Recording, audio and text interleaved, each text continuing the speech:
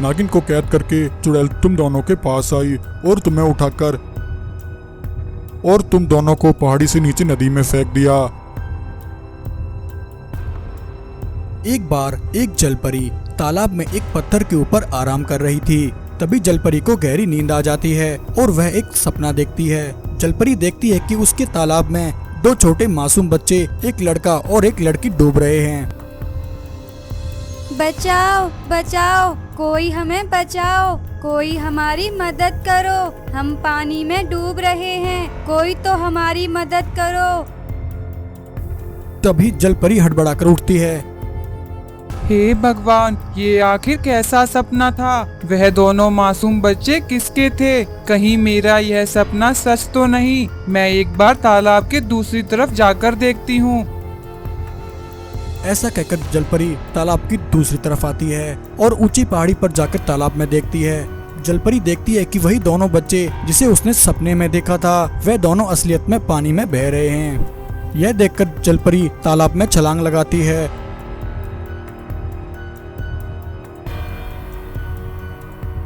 और उन दोनों बच्चों को पानी से बाहर ले आती है।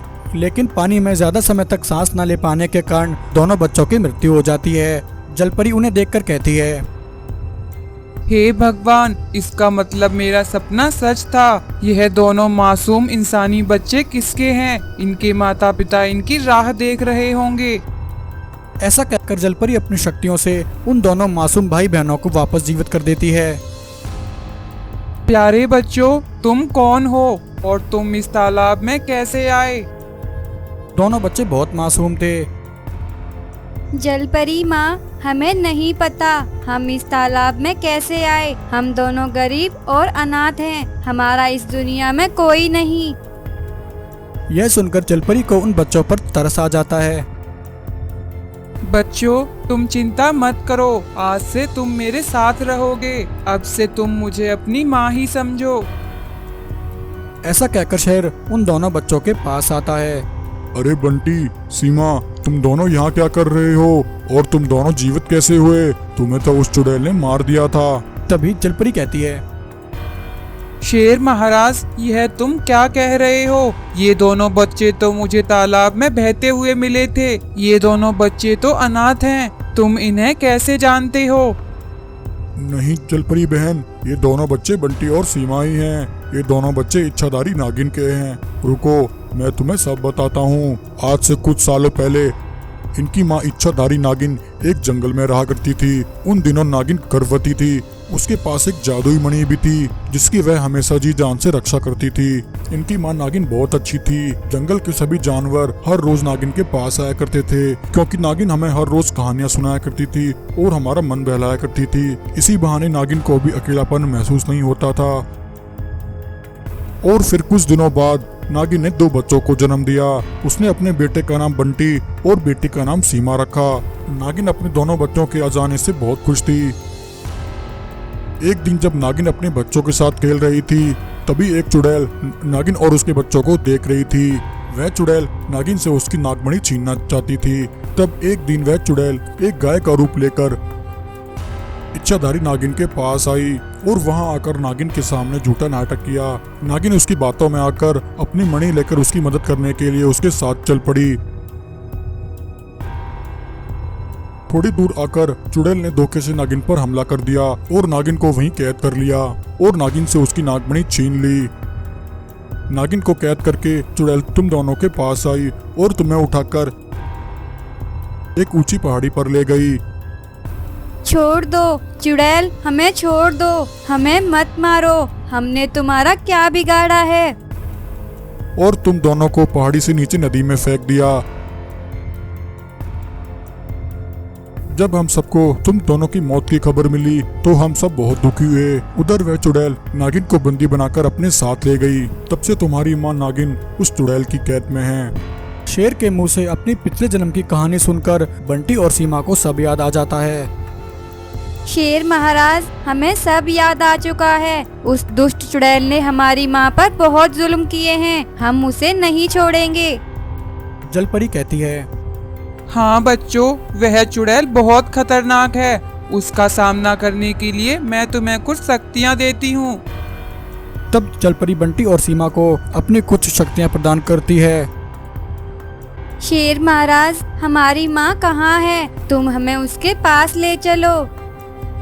तब वह शेर बंटी और सीमा को लेकर चुड़ैल की गुफा पर पहुंचता है। बंटी और सीमा देखते हैं कि चुड़ैल ने उनकी मां को ऊपर लटकाया होता है और वह उनकी मां पर बहुत जुल्म कर रही होती है। यह देखकर बंटी और सीमा को बहुत गुस्सा आता है। बंटी और सीमा अपनी शक्तियों से अपनी मां को चुड़ैल की कैद से आजाद करा लेते हैं। चुड़ैल बंटी और सीमा की शक्तियों को देखकर डर जाती है और अपनी जान बचाने के लिए वहां से भागती है। तभी बंटी और सीमा अपनी शक्तियों से चुड़ैल को वहीं जलाकर भस्म कर देते हैं। नागिन अपने दोनों बच्चों को वापस जिंदा देखकर बहुत खुश होती है। अच्छा होता मैं पैदा होते ही मर जाती। मेरे काले रंग के कारण आज मेरी सौतेली माँ ने भी मुझे घर से बाहर निकाल दिया। एक गांव में एक जमींदार रहा करता था। वह जमींदार बहुत ही अमीर था। जमींदार की 2 बेटियां थी। वह दोनों सौतेली बहनें थीं, जिसमें से एक का नाम सीमा और दूसरी का नाम राधा था। सीमा गोरी चिट्टी सुंदर लंबे बालों वाली लड़की थी और वहीं राधा जिसका रंग काला था और वह सर से गंजी थी। राधा के काले रंग और उसके गंजेपन से सभी उसका मजाक उड़ाया करते थे। यहाँ तक कि उसकी सौतेली बहन सीमा और उसकी माँ भी उसका हमेशा मजाक बनाते थे। एक दिन राधा अपनी सौतेली माँ से कहती है, माँ, मुझे कुछ पैसे चाहिए। मैं शहर जाकर बालों में लगाने वाला तेल लेकर आती हूँ। मैंने सुना है उस तेल को लगाने से घने बाल आ जाते हैं। यह सुनकर सीमा जोर जोर से हंसने लग जाती है और कहती है, अरे काली कलूटी, तुझे तेल लगाने से कुछ नहीं होगा। तू जैसी है वैसी ही रहेगी। माँ, इस काली को एक भी पैसा मत देना। ना जाने भगवान ने इसे क्यों बनाया। यह सुनकर राधा बहुत दुखी हो जाती है। सीमा बहन, तुम मेरा मजाक क्यों उड़ाती हो? मैंने तुम्हारा क्या बिगाड़ा है? मुझे तेरा मजाक बनाने में बहुत मजा आता है और मुझे पता है तू मेरे गोरे रंग और मेरे घने सुंदर लंबे बालों को देखकर जलती है। जा और कहीं जाकर अपना काला मुंह छुपा ले, वरना गांव के बच्चे तुझसे डरने लगेंगे। ऐसा कहकर सीमा राधा का खूब मजाक बनाती है। राधा बहुत दुखी हो जाती है और रोने लगती है। जब राधा स्कूल जाती है तो स्कूल के कुछ विद्यार्थी भी उसका मजाक बनाते हैं। अरे भाई वो देखो, काली जा रही है। हाँ भाई, इस काली कलूटी से दूर ही रहो। हो ना हो इस काली के अंदर कोई ना कोई बीमारी पल रही है। इससे दूर रहो, वरना हमें भी इसकी बीमारी लग जाएगी। ऐसा बोलकर वे सभी विद्यार्थी राधा को मारने लग जाते हैं। राधा दुखी होकर वहाँ से चली जाती है। उधर जब राधा अपने घर वापस लौटती है तो उसके बीमार होने की झूठी खबर गांव में तेजी से फैल जाती है। राधा की सौतेली माँ और बहन उससे कहती हैं, अरे काली कलूटी सुन, अब तू इस घर में नहीं रह सकती। माँ, इसे इसी समय घर से बाहर निकाल दो। माँ, मुझ पर इतना अत्याचार मत करो, मुझे घर से मत निकालो। तुम्हारे अलावा मेरा कौन है? मैं कहाँ जाऊंगी?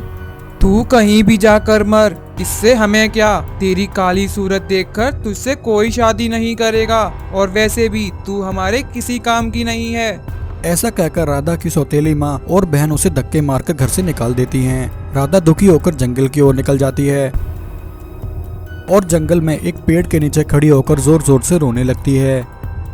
कोई मुझे पसंद नहीं करता, सब मेरा मजाक उड़ाते हैं और मुझसे नफरत करते हैं। अच्छा होता मैं पैदा होते ही मर जाती। मेरे काले रंग के कारण आज मेरी सौतेली माँ ने भी मुझे घर से बाहर निकाल दिया। माँ, तुम कहाँ हो? क्या तुम्हें मुझ पर बिल्कुल भी दया नहीं आती? तुम मेरा दुख क्यों नहीं समझती? ऐसा कहकर राधा बहुत हताश और निराश हो जाती है और रोने लगती है। तभी उसके रोने की आवाज सुनकर एक इच्छाधारी नागिन उसके पास आती है और कहती है, अरे बेटी, तुम कौन हो और तुम क्यों रो रही हो? तुम्हें क्या दुख है? तब राधा दुखी होकर इच्छाधारी नागिन को अपनी सारी कहानी बताती है। मेरी माँ मुझे बचपन में ही छोड़कर चली गई थी। मैं काली और गंजी हूँ, इस वजह से सभी मुझसे नफरत करते हैं और मेरा मजाक उड़ाते हैं। कोई मुझे पसंद नहीं करता। आज मेरी सौतेली माँ ने भी मुझे घर से बाहर निकाल दिया। अब मैं कहाँ जाऊँ? मेरे दुख को कोई नहीं समझता।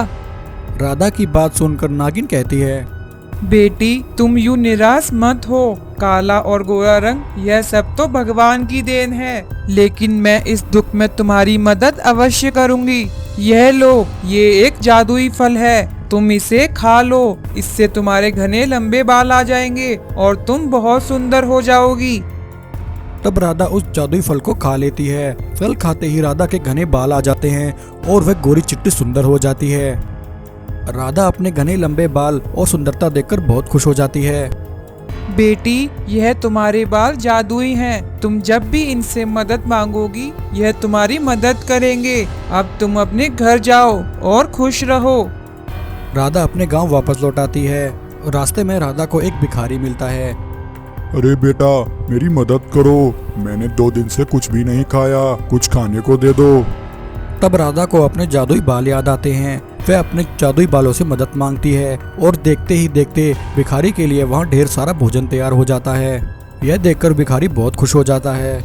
राधा के पास जादुई बाल हैं, इस बात की खबर गांव में तेजी से फैल जाती है। गांव के सभी गरीब लोग राधा से मदद मांगने आते हैं। राधा बहुत नेक दिल और दयालु थी, तो वह सभी की मदद करती है। वहीं जब यह बात राधा की सौतेली माँ और बहन को पता लगती है तो उनके मन में लालच आ जाता है। राधा की माँ कहती है, बेटी, जो कुछ हुआ उसे भूल जाओ और अपने घर वापस चलो। तुम तो मेरी अच्छी बेटी हो। तभी नागिन वहाँ आती है और कहती है, दूर रहो मेरी बेटी से। तुम दोनों कैसी माँ बहन हो। तुमने राधा को उसके काले रंग की वजह से घर से निकाल दिया। अब जब राधा को जादुई बाल मिल गए तो तुम्हारे मन में लालच आ गया। तुम दोनों बहुत लालची और स्वार्थी हो। राधा अब तुम्हारे साथ नहीं रहेगी। चलो बेटी, अब तुम मेरे साथ रहोगी। अब से तुम मेरी बेटी हो। ऐसा कहकर नागिन राधा को अपने साथ ले जाती है। और उधर अब राधा की सौतेली माँ और बहन के पास पछतावे के अलावा कुछ नहीं बचता।